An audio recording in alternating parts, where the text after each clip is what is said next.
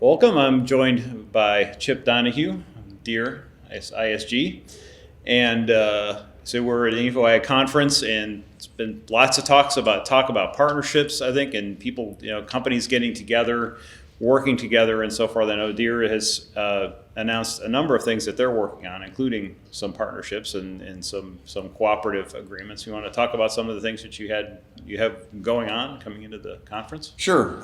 We've been coming to InfoAg since I think I was at the very first one, but so I've been around a long time. Our focus here has been connecting our software partners to our operations center. We believe that farmers don't farm alone. They have lots of opportunities and lots of options here, and we use our operations center and our API connectivity team to help get them connected, because we want the farmers to, and the ag retailers and other service providers, to use the data and the systems that they choose to use them in. Yeah, and it's the data seems to be, in terms of growers using data and finding ways to use it effectively, it seems like it's taking hold and moving forward. Well, it is. I think we're getting better, making it easier. For the first 20 years, it's still hard. But one of the focuses we have is getting the easy button. And one of the things we find is that if customers can move their data, they can control the data and decide when and where they push it. But if they can move their data simply and easily between the systems, then there's a lot more utilization to generate insights and make decisions from the data. Can you talk about the sorts of data or data points that are most of interest to growers right now? What are they asking for from Deere?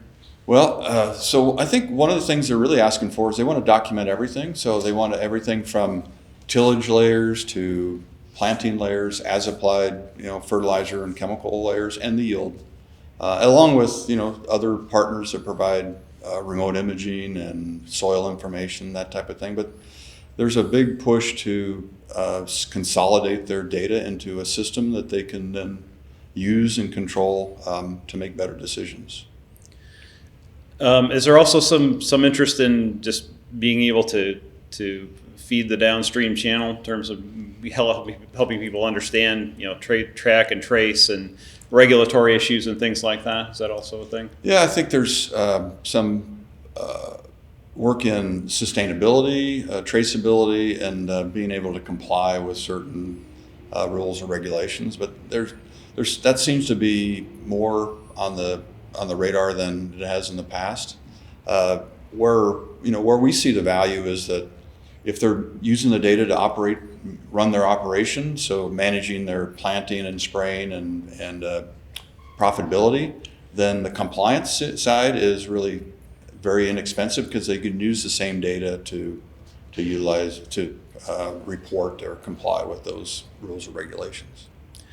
And I guess finally, is anything new technologically or from the data perspective that you're looking forward to in the next several years that you see Deere kind of tackling or taking on? Well, I think there's a couple things. One is we're getting more finer in our ability to execute prescriptions. So we're asking agronomists and others to write prescriptions, but the machines are getting better at executing those instead of doing 120 feet, now we're down to the foot, and row by row or nozzle by nozzle applications.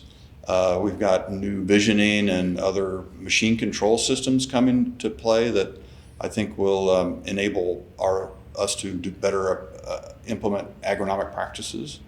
And then the documentation's getting better, so we're getting better at understanding what it's saying, and it's still the agronomist and the other expert that has to make those decisions, the farmer.